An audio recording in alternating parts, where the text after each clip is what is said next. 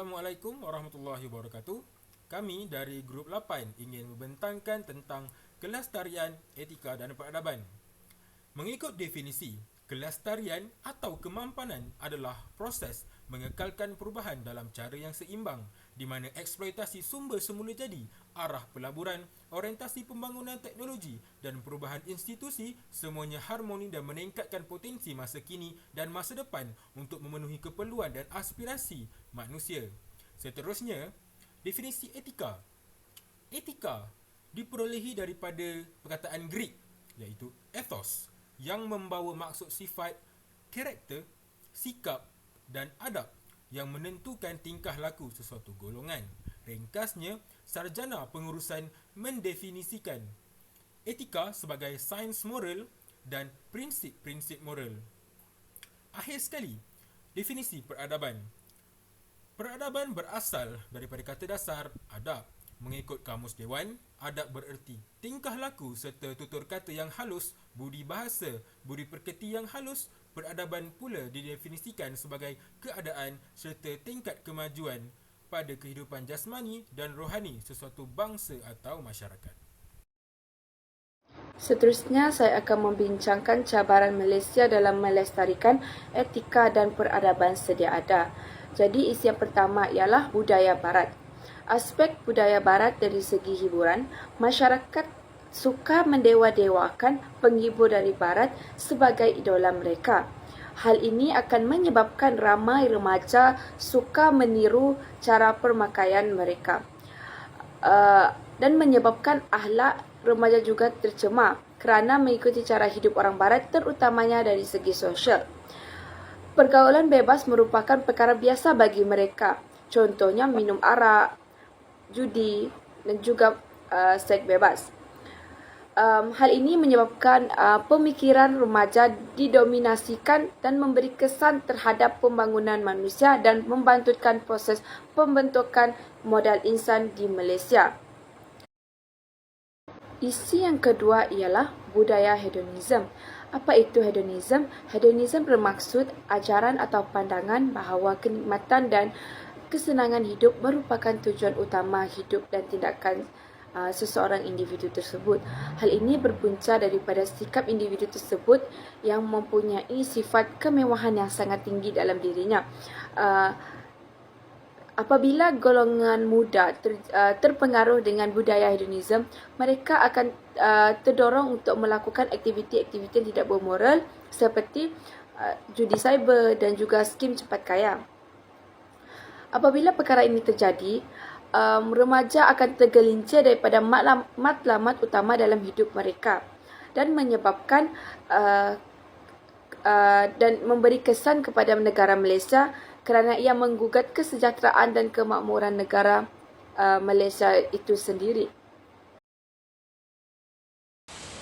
Cabaran Malaysia dalam melestarikan etika dan peradaban yang sedia ada ialah perkembangan teknologi. Teknologi sains dan maklumat semakin berkembang pesat seiring dengan dunia yang semakin moden pada era globalisasi ini. Teknologi yang semakin canggih mengubah cara hidup masyarakat sehingga menjadikan masyarakat lupa akan nilai-nilai murni dan etika yang sedia ada. Manusia, terutamanya generasi muda, menjadi semakin lalai dan terpesong apabila terpengaruh serta taksub dengan kecanggihan teknologi. Pada masa kini, hampir kesemua generasi, tidak kiralah muda maupun tua, mempunyai gadget mereka masing-masing. Sebagai tamsilan, generasi muda sekarang ini semakin terdedah dengan aplikasi-aplikasi hiburan seperti Facebook, Twitter, TikTok dan Instagram tanpa ada pengawasan daripada orang tua. Mereka bebas melayari apa-apa sahaja laman web dan menonton video yang boleh meruntuhkan akhlak, seterusnya menjadikan mereka tidak beradab. Seperti yang kita tahu, teknologi maklumat ini sememangnya luas dan tiada had batasan. Jadi, masyarakat sememangnya terdedah dengan segala maklumat sama ada baik maupun buruk. Segala yang buruk inilah yang menjadikan manusia tidak beradab kerana mereka sudah terpengaruh dengan ajaran yang tidak baik. Sekiranya mereka menggunakan teknologi ini untuk kebaikan, maka baiklah perilaku mereka. Namun, jika teknologi ini salah digunakan, maka runtuhlah segala akhlak dan etika di dalam diri seseorang itu. Seterusnya ialah cabaran Malaysia dalam melestarikan etika dan peradaban sedia ada ialah dari sudut rasuah. Seperti yang kita sedia maklum, rasuah merupakan satu barah kepada negara kita. Kerana kebelakangan ini banyak media massa melaporkan kejadian rasuah berlaku dalam pelbagai peringkat pentadbiran di dalam negara.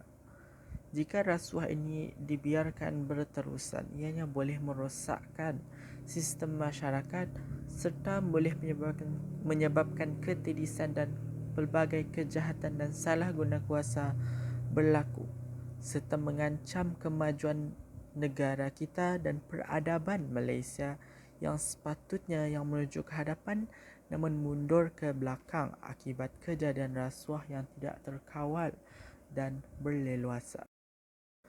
Seterusnya ialah cabaran Malaysia dalam melestarikan etika dan peradaban sedia ada ialah dari sudut politik. Seperti yang kita tahu, politik Malaysia kebanyakannya ialah berasaskan politik agama dan politik perkauman. Kedua-dua elemen agama dan kaum ini sangatlah sensitif di kalangan rakyat Malaysia yang mempunyai pelbagai kaum fahaman dan agama. Ahli politik kadang-kala menyalahgunakan kedua-dua terma ini untuk mendapatkan sokongan daripada rakyat, namun pada masa yang sama mereka tidak sedar bahawa rakyat sedang terpengaruh dan boleh memberi kesan negatif serta mengancam keharmonian masyarakat majmuk di Malaysia. Cabaran dalam melestarikan etika dan peradaban di Malaysia dari aspek agama dan kaum. Yang pertama ialah kurangnya penghayatan dalam beragama. Hal ini boleh mendorong ke arah budaya yang tidak sehat seperti kurangnya nilai-nilai positif dalam diri individu. Dan yang kedua ialah penyebaran budaya barat. Agama Islam sebagai agama rasmi, budaya barat yang dibawa masuk adalah bercanggah dengan konsep agama Islam yang boleh menyesatkan generasi muda pada masa kini. Dan yang terakhir ialah dialog antara agama.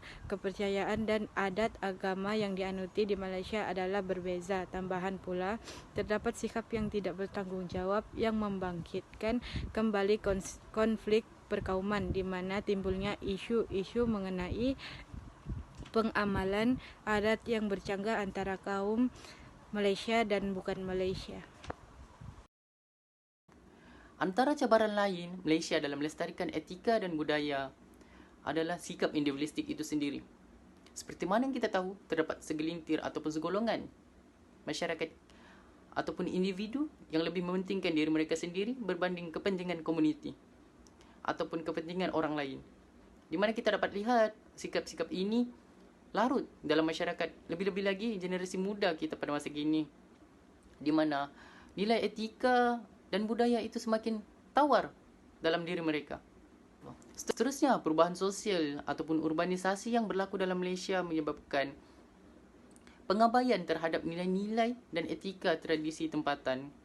Seperti dalam Al-Quran ayat surah ke-6 ayat 116, Allah sudah berfirman di mana jika kita mengikuti kebanyakan orang, nescaya mereka akan menyesatkan kita. Begitu juga apa yang berlaku dengan masyarakat kita sekarang, di mana masyarakat kita lebih mengikuti budaya-budaya masyarakat luar, lebih-lebih lagi masyarakat barat, menyebabkan identiti masyarakat kita semakin luntur. Akhir sekali, kurangnya pembudayaan nilai-nilai murni di dalam generasi muda kita sekarang. Pentingnya untuk menerapkan pembudayaan dan penerapan nilai murni ini sangat penting untuk melestarikan budaya dan peradaban tempatan kita. Jadi sekali lagi, saya memetik ayat Al-Quran dalam surah ke-13 ayat ke-11, di mana Allah mengatakan, sesungguhnya Allah tidak mengubah nasib suatu kaum, melainkan mereka sendiri yang mengubahnya. Jadi tugas terletak di bahu kita yang perlu mencorakkan kain putih generasi kita. Antara langkah untuk mengatasi cabaran tersebut boleh dilakukan oleh seseorang individu dengan mendisiplinkan diri dalam aspek sikap, ketahanan diri daripada melakukan perkara yang tiada manfaat, dan konsisten dalam melakukan perkara yang berfaedah. Selain itu, pihak sekolah juga boleh memainkan peranan mereka dengan mengadakan program yang menekankan pelajar bukan sahaja untuk mengenali, tapi juga menghormati budaya bangsa lain. Hal ini kerana rasisme amat berleluasa dalam masyarakat zaman kini, kerana mereka anggap rasisme ini hanyalah bahan jenaka bagi mereka.